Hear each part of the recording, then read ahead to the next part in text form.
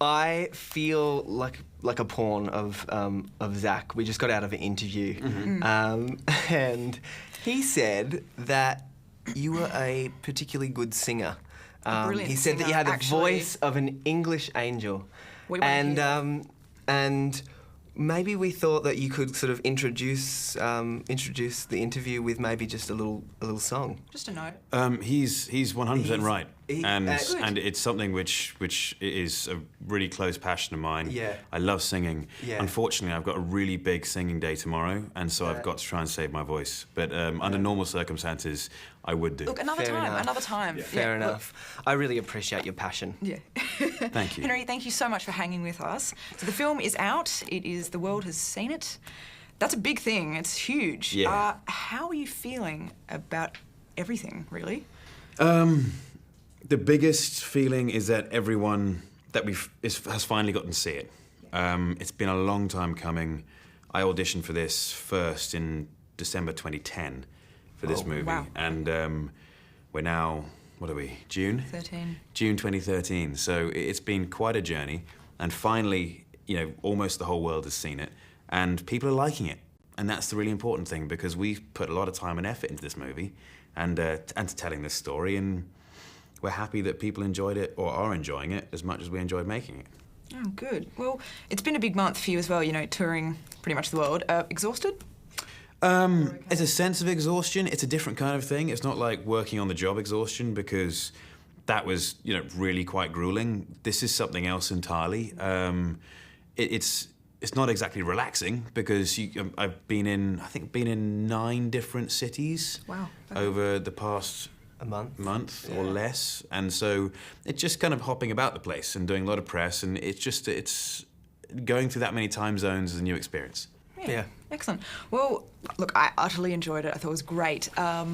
This guy over here, though, kind of lost it. I have a confession. I cried from 15 minutes in. I'm not even joking. I'm just not, I honestly started crying 15 minutes in, and I did not stop. Every time Kevin Costner came on the screen, waterworks, at the end credits, wipe the 3D glasses, fogging up. His face. A lot of that, I think, was the vulnerability of the character.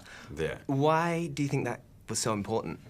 Because so much has been taken for granted previously, and the character which we represent in the movie has always been in the comic books, but in previous live action, it's always been, it's an invulnerable alien that flies and saves cats from trees and stuff and, never does wrong. And you're like, okay, well, I guess that's cool. But if we genuinely discovered an alien amongst us, how would we react? And more importantly, how would that alien feel? Especially if his responsibility was actually looking after the world, because if we discovered that, it would turn us on our head, just like Jonathan says. Yeah. And that makes you ask a lot of questions. And so living as that character sort of is really important. Yeah. And it's just the way that we chose to tell it is what created that, I think. Mm. Cool. So were you a fan of Superman before you got the part? And look, be honest here, did you read any of the comics or watch any of the cartoons? Be honest. You can be on. Be honest. Yeah, I've always been honest from the beginning. Yes. I watched some of the movies and TV shows when I was a kid, but was not a comic book reader. Yes, was not a comic book reader at all until I got this role, and then delved and jumped right in. But I was always a fan of Superman as a kid. Pretending to be Superman, running around the garden and stuff. But I wasn't an avid comic book reader, which I kind of like, because when I got the role, it's kind of like either being a fan of a TV show and waiting each week for the new episode to come out, or waiting till it's all done and then getting the box set. Yeah. And I got to do the box set, which I loved, because I got to sort of be fully wrapped up. And for research, as far as an actor goes, that's perfect. That's the perfect way of doing it. And I'm really glad I got that opportunity. Beautiful. Awesome. Well, obviously there are so many incarnations of this character. Where did you get your inspiration from? The comics. My comics... Which one? Yeah, my baseline character was drawn from Death of Superman, The Return of Superman, Red Sun, and Superman, Batman, The Search for Kryptonite. Good memory. Excellent. Those are just... They had so many different facets of the character involved that I could apply to the framework of the script that really, really mattered to me. Like Death, obviously he's willing to make the ultimate sacrifice and do whatever it takes to protect everyone.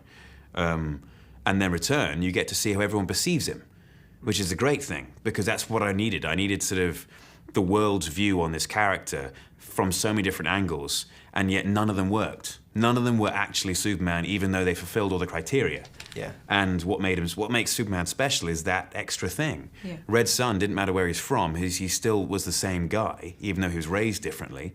And when it comes to Superman, Batman's Search of Kryptonite, he gives someone the way to stop him if he were to ever go AWOL.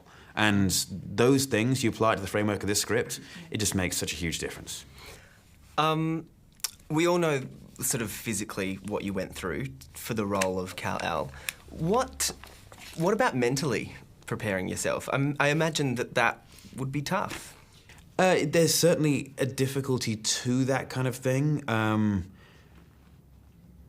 But having been a kid in school without that many mates, I spent a lot of time sitting on the outside looking in. I had no problem with that. It's not a sob story. I actually quite liked it. And then being an actor and living a fairly lonesome life, constantly travelling, making new friends, you get very used to sitting in coffee shops by yourself, you know, with a book or something, and if you want to get out into the open world as opposed to staying in a hotel room or, you know, at home or whatever, you do sit in a coffee shop or a park and you watch the world go by. And that's, you understand this, and that's the way it works. And so I just applied that to the character, and it's not necessarily like a sad thing, it's just a state of being, and you see Clark doing that. He's not upset, he's just, that's how he goes about life, because that's the only way he's known it. And so the mental preparation in that case wasn't too far of a stretch. The mental preparation to deal with like mega long hours and just keeping on going for 6 months, that's after 5 months of training, was tough. And there's no prep you can do from that, apart from just getting stuck in. Yeah. Awesome. All right. Well, look, before we go, Topher actually said the other day that he... This could be taken out of context. It's totally in context. He said that he could take Superman on in an arm wrestle because, and I quote, I did a bit of boxing, right? I've just started doing a little bit of boxing, and I think... Look, I think you can do it.